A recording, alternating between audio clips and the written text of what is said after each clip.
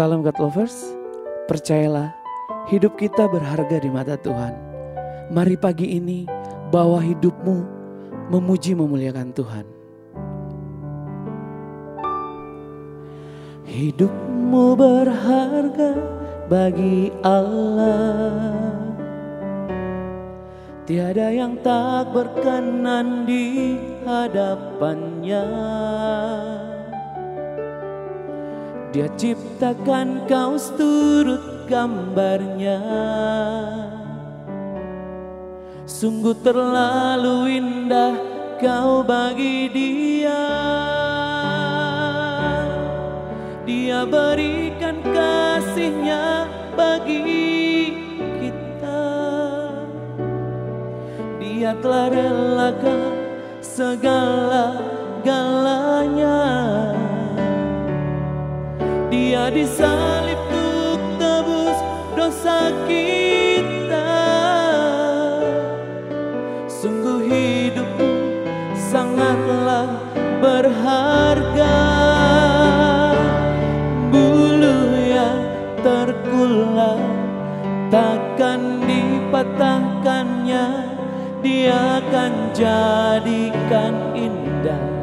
Sungguh lebih berharga sumbu yang tak pudar, takkan dipadamkannya.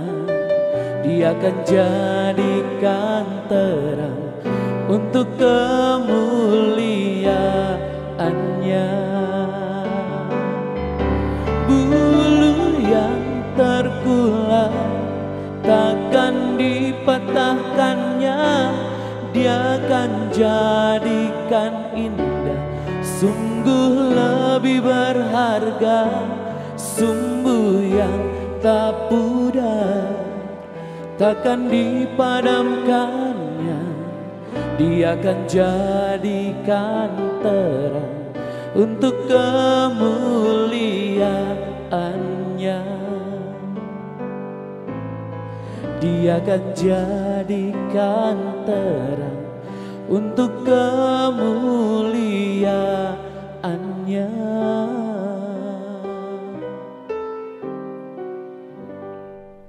Shalom God's Lovers, bertemu kembali dalam program Words from Heaven.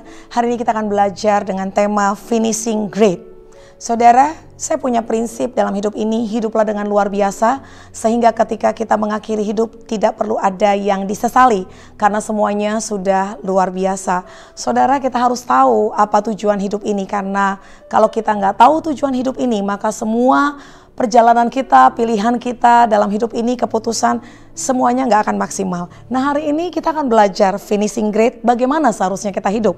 Satu kali dikatakan dalam Lukas 16 ayat 19 sampai 31 ada kisah tentang seorang kaya dan Lazarus yang miskin. Tentu saudara tahu ceritanya bahwa ada seorang kaya yang selalu berpakaian jubah ungu dan kain halus, setiap hari selalu bersukaria dalam kemewahan. Sementara ada juga Lazarus yang saya yakin dia kenal dengan Lazarus karena sering ada di rumahnya untuk menantikan roti yang jatuh dari tempat dia makan, dari meja makanannya. Tetapi dua orang ini, orang kaya dan Lazarus ini akhirnya sama-sama mati, dan Lazarus ada di pangkuan Abraham. Kemudian orang kaya ini masuk ke dalam perapian, ke dalam hukuman yang sangat menyakitkan. Maka dia mencoba meminta kepada Bapak Abraham, bolehkah Lazarus engkau suruh untuk memberikan satu tetes air saja, karena di sini aku sangat menderita. Tetapi Bapak Abraham berkata, tidak bisa karena ada jarak antara engkau dan kami, sehingga dari sana nggak bisa ke sini, dari sini nggak bisa ke sana. Dan akhirnya dia minta kepada Bapak Abraham, bolehkah jika Lazarus diutus ke rumah orang tuaku, karena masih ada 5 orang saudaraku yang rasanya akan datang ke tempat ini, ke tempat yang menyakitkan ini, supaya mereka nggak perlu ke sini. Tetapi Bapak Abraham berkata pada mereka, ada kitab para nabi, kitab Musa, artinya ada firman Tuhan. Sebaiknya mereka belajar dari situ, karena mereka tidak akan bisa diyakinkan sekalipun ada orang yang bangkit dari orang mati kepada mereka. Saudara terkasih, apa kesalahan dari orang kaya ini? Saya mencatat bahwa orang kaya ini tidak mengerti tujuan hidup yang sebenarnya. Dia hidup hanya untuk dirinya sendiri. Saudara, yang pertama, hidup ini haram hukumnya, hidup buat diri sendiri.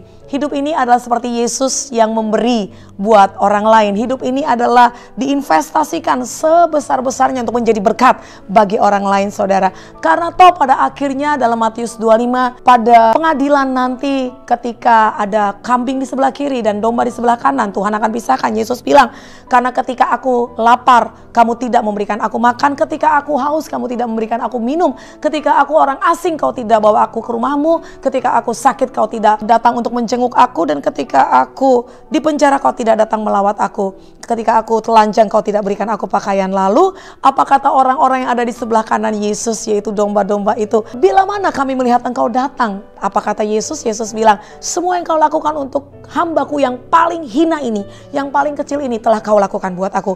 Pada akhirnya yang masuk dalam kerajaan sorga bukanlah yang hanya melakukan ritual agama, tetapi mereka yang mau menyebarkan dan mengalirkan kasih Yesus kepada orang-orang di luar sana yang mau melakukan firman Tuhan. Pada akhirnya bukan mereka yang berseru Tuhan, Tuhan, yang melakukan mujizat, yang melakukan tanda-tanda ajaib, menyembuhkan orang sakit. Yesus sendiri berkata dalam Matius 7, enyah, kamu semua pembuat segala kejahatan, karena aku gak pernah kenal kamu. Jadi mengertilah apa arti hidup ini. Kekayaan harta dunia tidak dibawa mati. Hidup ini ternyata semuanya, baik kaya, baik miskin, siapapun itu akan kembali kepada Tuhan.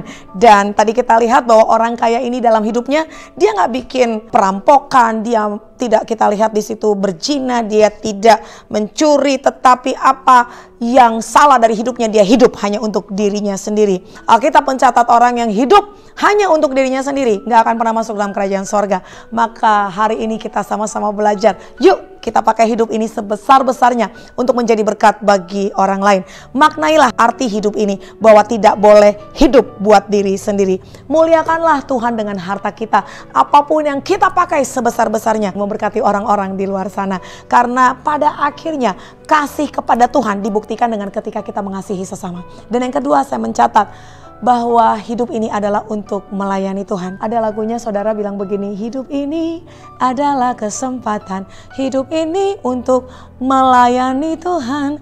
Gak ada orang yang nanti ketika akhir hidupnya menyesal karena tidak pernah naik mobil mewah, tidak pernah punya pekerjaan yang gajinya besar. Gak ada, saudara. Saya melayani beberapa orang yang di akhir-akhir hidupnya mereka hanya menyesal karena tidak pernah melayani Tuhan. Kamu hidup bukan untuk dirimu sendiri. Kamu gak boleh hidup buat dirimu sendiri, kamu hidup untuk melayani Tuhan. Dikatakan dalam 2 Korintus 5 ayat 15, setiap orang yang sudah ditebus oleh Yesus tidak pernah boleh hidup buat dirinya sendiri, tapi dia hanya hidup untuk kemuliaan Tuhan. Saudara, come on, mari hidup yang sementara ini kita maksimalkan. Apapun kita lakukan untuk kita melayani Tuhan. Saudara, Tuhan sendiri bilang bahwa tuaian banyak tapi pengerja sedikit.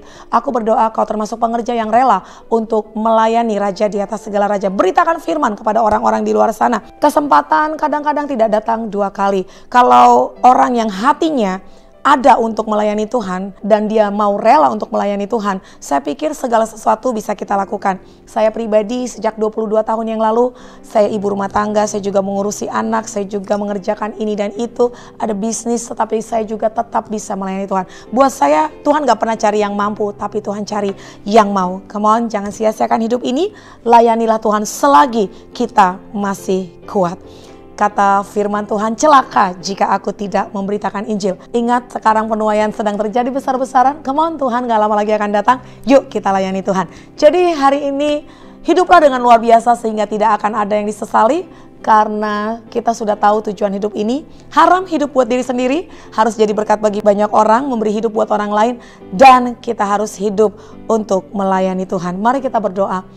Tuhan, terima kasih, biarlah kami belajar bahwa kami gak pernah boleh hidup buat diri sendiri. Sekalipun kami punya apapun yang kami miliki hari ini, semuanya berasal dari Tuhan. Dan harus kami kembalikan untuk kemuliaan Tuhan. Berdoa buat God's lovers semua yang mungkin sama ini pernah berpikir untuk melayani Tuhan, jadi berkat bagi banyak orang, tapi seringkali dalam kehidupan ini kami tidak mengambil keputusan itu. Ampuni kami Tuhan, dan biarlah kami boleh lewat firman ini diteguhkan, dan kami boleh pergi keluar sana melayani Tuhan dan menjadi berkat bagi sesama. Terima kasih Tuhan, dalam nama Yesus kami berdoa, haleluya, amin. God's lovers diharapkan membagikan link YouTube renungan ini kepada saudara, kerabat, dan teman. Terima kasih, Tuhan Yesus memberkati.